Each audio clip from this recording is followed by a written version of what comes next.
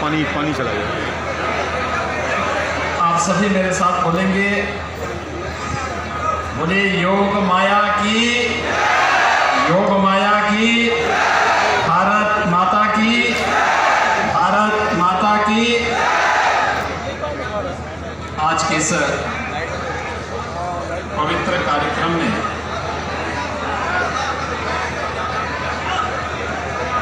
श्री कृष्ण जन्मोत्सव के इस पावन आयोजन में मंच पर उपस्थित प्रदेश सरकार में मेरे वरिष्ठ सहयोगीगण, ऊर्जा मंत्री श्री श्रीकांत शर्मा जी, पशुपालन और दुग्ध विकास के मंत्री श्री चौधरी लक्ष्मी नारायण जी, नगर विकास के मंत्री श्री आशुतोष टंडन जी, मान्य विधायकगण श्री पूरण प्रकाश जी, कारिंदा सिंह जी,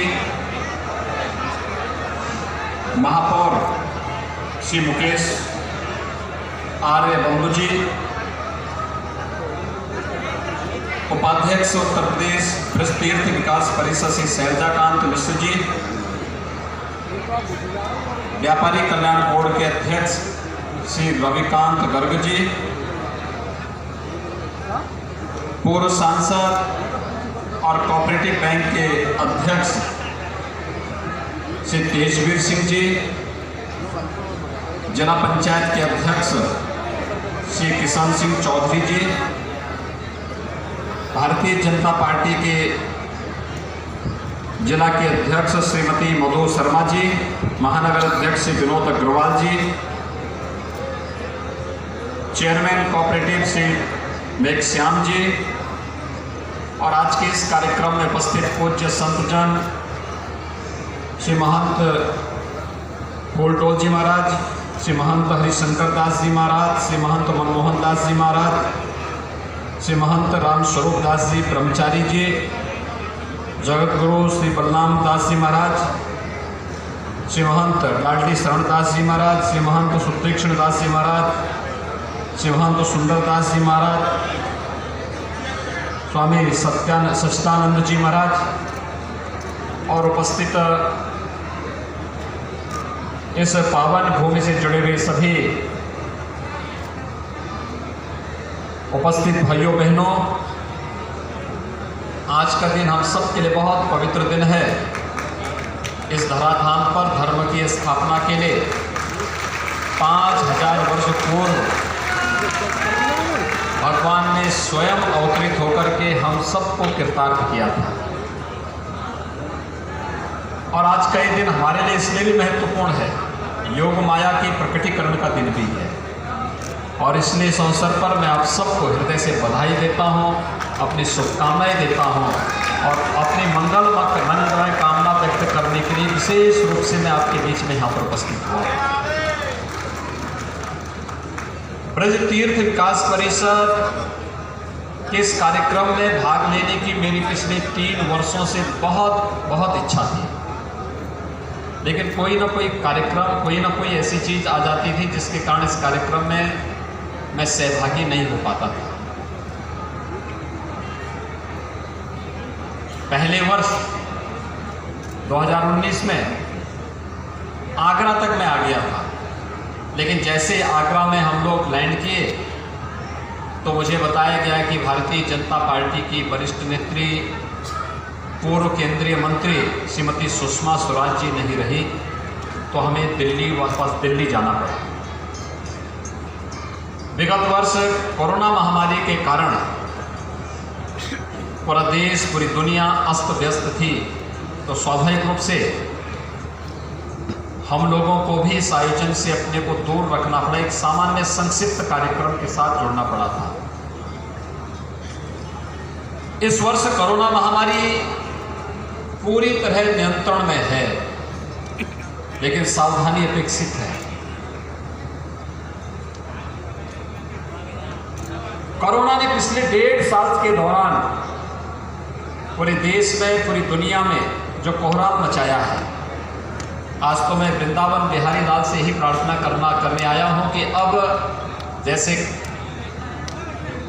यहाँ पर आपने अनेक राक्षसों का अंत किया था, इस कोरोना नामक राक्षस को भी अब अंत करने की कृपा करें। क्योंकि सामान्य जनजीवन के साथ साथ अनेक लोगों ने अपने प्रियजनों को खोया है, उन सब के प्रति हमारी संवेदना है। लेकिन महामारी है, देश के अंदर आदरणीय प्रधानमंत्री जी के नेतृत्व में इस महामारी से लड़ने के लिए बेहतरीन प्रबंधन करने के प्रयास हुए, लेकिन महामारी के दौरान सरकारी संसाधन अक्सर कम पड़ जाते हैं। मैं भी फिरोजाबाद से आ रहा हूँ। पिछले एक सप्ताह पूर्व मथुरा में भी मुझे जानकारी मिली थी कि डेंगू से कुछ बच्चों की, जो बच्चे इसकी चपेट में आए थे, उसमें से लगभग 6-7 बच्चे इसकी चपेट में आकर के काल कलवित हुए हैं। फिरोजाबाद में भी ऐसी स्थिति थी। उन सभी परिवार वालों के प्रति मेरी पूरी संवेदना है। ये दुखद है, लेकिन बीमारी में लापरवाही हमेशा खतरनाक होती है और इसलिए सावधानी और सतर्कता के साथ अगर हम बचाव के सभी उपाय करें तो महामारी हमारा बाल बांका नहीं कर पाएगी। और फिर ये धरती तो भगवान की लीला की धरती है।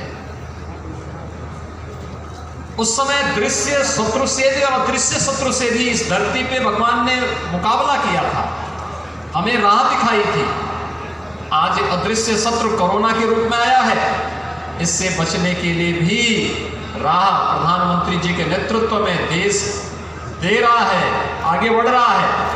लेकिन भगवान की अहेतुक कृपा हम सब पर अवश्य होगी, इसमें कोई संदेह नहीं करना चाहिए। और हम सबको इसी आस्था के साथ कोरोना गाइडलाइन जो बनाई गई उसका पालन करना होगा, अवश्य हम उसका पालन करें। मुझे बहुत प्रसन्नता है, 4 साल पहले जब यहाँ पर हम लोग विकास की एक रूपरेखा तैयार करने के लिए श्रीकांत जी, चौधरी लक्ष्मी नारायण जी, कारिंदा सिंह जी, पूर्ण प्रकाश जी, इन सब के साथ आए थे और तब तय हुआ था ब्रज तीर्थ विकास परिषद का गठन होना है। हमारे मंत्रियों ने और विधायकों ने दबाव भी बनाया। हेमा मालिनी जी ने भी उस समय इस बात के लिए कहा कि मैं तो यहाँ पर आई इस बात के लिए हूँ, मैं भगवान कृष्ण की भक्त हूँ और यहाँ पर कुछ ऐसा होना चाहिए जो अद्भुत हो जाए। और फिर यहाँ पर इस परिषद का गठन हुआ। हमारे जनप्रतिनिधिगण निरंतर अपना मार्गदर्शन देते हैं और श्री सैजा कांत जी के नेतृत्व में ब्रज तीर्थ विकास परिषद यहाँ पर सचमुच इन पूज्य संतों के सानिध्य में ब्रज क्षेत्र को 5000 वर्षों से जिस कार्य के लिए तरसती थी हमारी ये ब्रज भूमि, आज उसको स्वरूप प्रदान करने का प्रयास हो रहा है। इसकी पुरातन परंपरा और काया को बनाए रखते हुए नए कलेवर के साथ ब्रज क्षेत्र को हमें विकास की ओर अग्रसर करना है और इसी दिशा में यह परिषद निरंतर प्रगति के पथ पर ले जा रहा है। उसका एक छोटा सा लघु चित्रण आपके सामने भी इस प्रस्तुतिकरण के माध्यम से देखा। विकास के लिए कहीं कोई कोर कसर नहीं छोड़ेंगे ब्रज क्षेत्र के विकास के लिए। जहां भी जितना भी संभव हो पाएगा, हमारे दोनों मंत्री भी, हमारे दोनों विधायक भी, हमारे महापौर भी, हमारे सांसद जी भी और हमारे यहाँ के सभी जनप्रतिनिधिगण लगातार विकास के लिए प्रयत्नशील हैं। यहाँ का भौतिक विकास भी हो, लेकिन आध्यात्मिक और सांस्कृतिक विरासत को भी हम यहाँ की बनाए रखें, क्योंकि वो हमारी पहचान है। मित्रों, देश के प्रधानमंत्री जी ने यही तो देश को एक नई दिशा दी है। आज आप देख रहे हैं एक एक करके सैकड़ों वर्षों से दबी हुई भावनाएं, आस्था के केंद्र फिर से अपने नए रूप में सामने आ रहे हैं। अयोध्या में भगवान राम के भव्य मंदिर के निर्माण का कार्य प्रधानमंत्री जी के कर कमलों से प्रारंभ हो चुका है। वही है, कल हम लोग राष्ट्रपति जी के साथ अयोध्या में थे। राष्ट्रपति जी ने कल रामलला के दर्शन किए अयोध्या में। आजादी के बाद पहले राष्ट्रपति अयोध्या आए हैं जिन्होंने रामलला का दर्शन किया।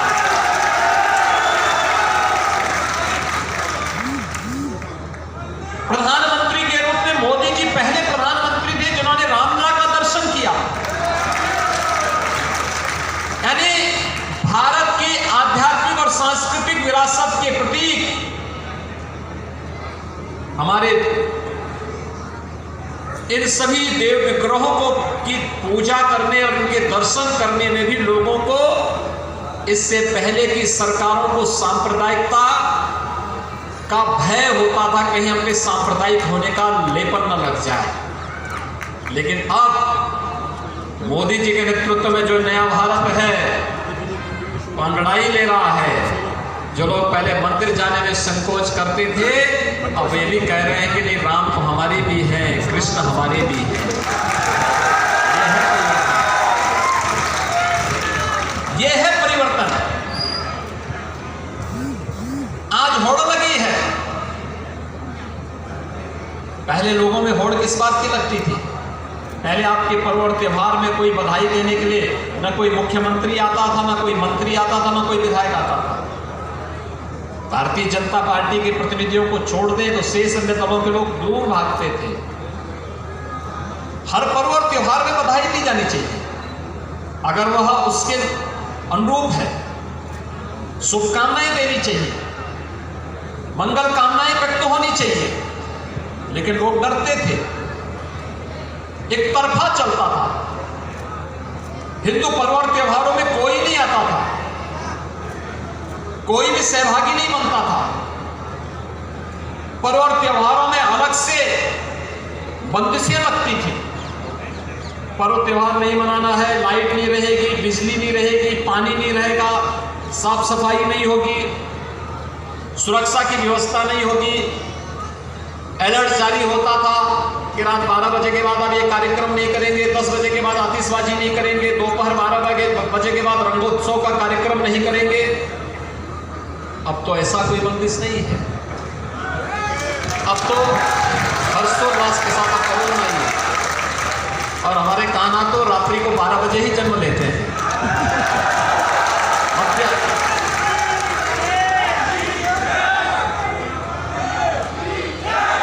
ये है परिवर्तन। और भाइयों बहनों, अपनी इस आध्यात्मिक और सांस्कृतिक विरासत को रखते हुए, सुरक्षित और संरक्षित करते हुए हमें विकास और तकनीक के नए युग में प्रवेश करने के लिए अपने आप को तैयार करना होगा। और ये ब्रजभूमि भी आज उस दिशा में प्रगति की ओर अग्रसर है। कितना हमारा सौभाग्य है, कितना मुझे अच्छा लगा था। अरे सचमुच ये बिहारी लाल की कृपा है, राधे रानी की कृपा है। हमने वैष्णव कुंभ किया था यहाँ पर, कितना भव्य हुआ था। इन पूज्य संतों के आशीर्वाद से, इनके सानिध्य में कितना भव्य हुआ था। मैं डर रहा था, मैं जो सचमुच डर था। कोरोना का मुझे था कि भाई पता नहीं क्या हो जाएगा। इन संतों ने कहा नहीं होना है, और श्रीकांत जी ने भी कहा, चौधरी साहब ने भी कहा कि नहीं नहीं नहीं, इसको भव्य करना है। और प्रयागराज कुंभ के बाद एक नया रिकॉर्ड वृंदावन में वैष्णव कुंभ का भी भव्य आयोजन संपन्न हुआ।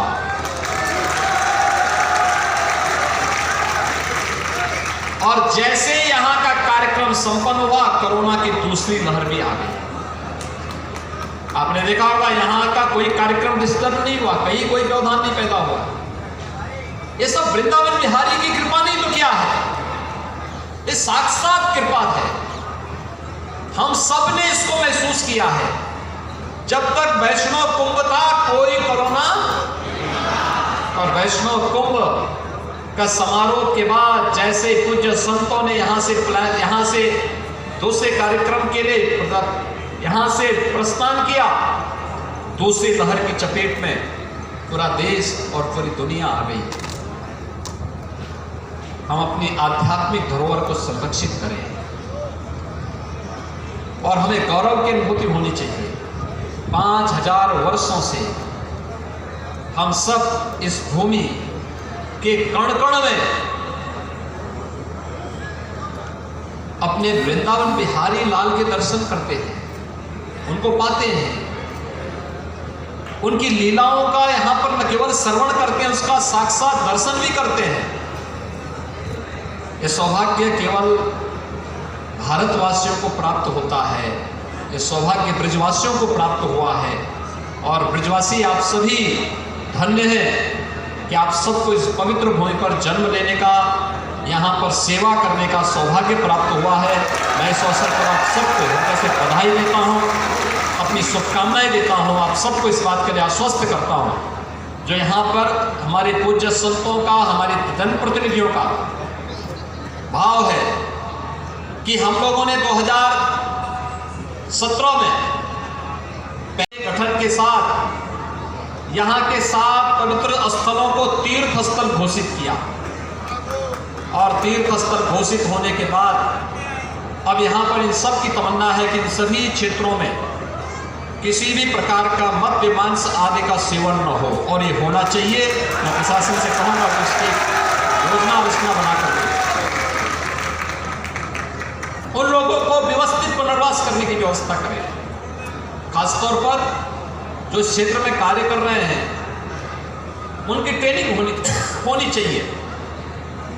उन लोगों को व्यवस्थित रूप से उनको काउंसलिंग की जानी चाहिए। और अच्छा होगा कि जो इस फील्ड में लगे हैं, अगर वे दुग्ध पालन के उनके लिए छोटे छोटे स्टॉल बना दिए जाए, वे दूध वहां पर बेचने का कार्य करें, दूध देने का कार्य करेंगे, तो यहाँ फिर से हम द्वापर युग की उन क्षणों को फिर से स्मरण कर पाएंगे जब ये धरती देश और दुनिया को एक नई दिशा देती थी, और फिर से धरती उस बात के लिए अपने आप को तैयार कर रही है। किसी को जानना नहीं, व्यवस्थित पुनर्वास करना है। और व्यवस्थित पुनर्वास के क्रम में इन पवित्र स्थलों को इस दिशा में आगे बढ़ाने की आवश्यकता है। ब्रज तीर्थ विकास परिषद यहाँ के जनप्रतिनिधियों के साथ मिलकर के, स्थानीय प्रशासन को साथ लेकर के विकास की अच्छी योजना यहाँ के लिए और तैयार करें। अच्छा प्रयास विगत 4 वर्षों के अंदर हुआ है, और भी अच्छा प्रयास जिससे दुनिया की हमारी 7 पुरियों में एक पवित्र पुरी है ये क्षेत्र। इसलिए उन 7 पवित्र पुरियों की तर्ज पर ही हम इस पुरी की भी विकास की कार्य योजना को आगे बढ़ा करके देश और दुनिया के लिए आध्यात्मिक और सांस्कृतिक प्रवेश के साथ ही भौतिक और तकनीक से भी परिपूर्ण इस पूरे क्षेत्र को कर पाएंगे। इन सभी परियोजनाओं के लिए मैं ब्रज क्षेत्र के आप सभी श्रद्धालुजनों को हृदय से बधाई देता हूँ, अपनी शुभकामनाएं देता हूँ। कृष्णोत्सव का आप सबको मंगलमय कामनाएं आप सबके प्रति व्यक्त करते हुए बिहारी लाल जी से ही प्रार्थना करता हूँ कि आपके जीवन में मंगलमय हो, उत्सवपूर्ण हो, सदैव आपके जीवन में खुशहाली आए। इस विश्वास के साथ पूरे प्रदेश पर, पूरे देश पर वृंदावन बिहारी लाल की और राधे रानी की कृपा सदैव बनी रहे, इस विश्वास के साथ आप सबको मैं आज के इस अवसर पर प्रदेश सरकार की ओर से हृदय से बधाई देता हूं, अपनी शुभकामनाएं देता हूं। धन्यवाद। जय हिंद।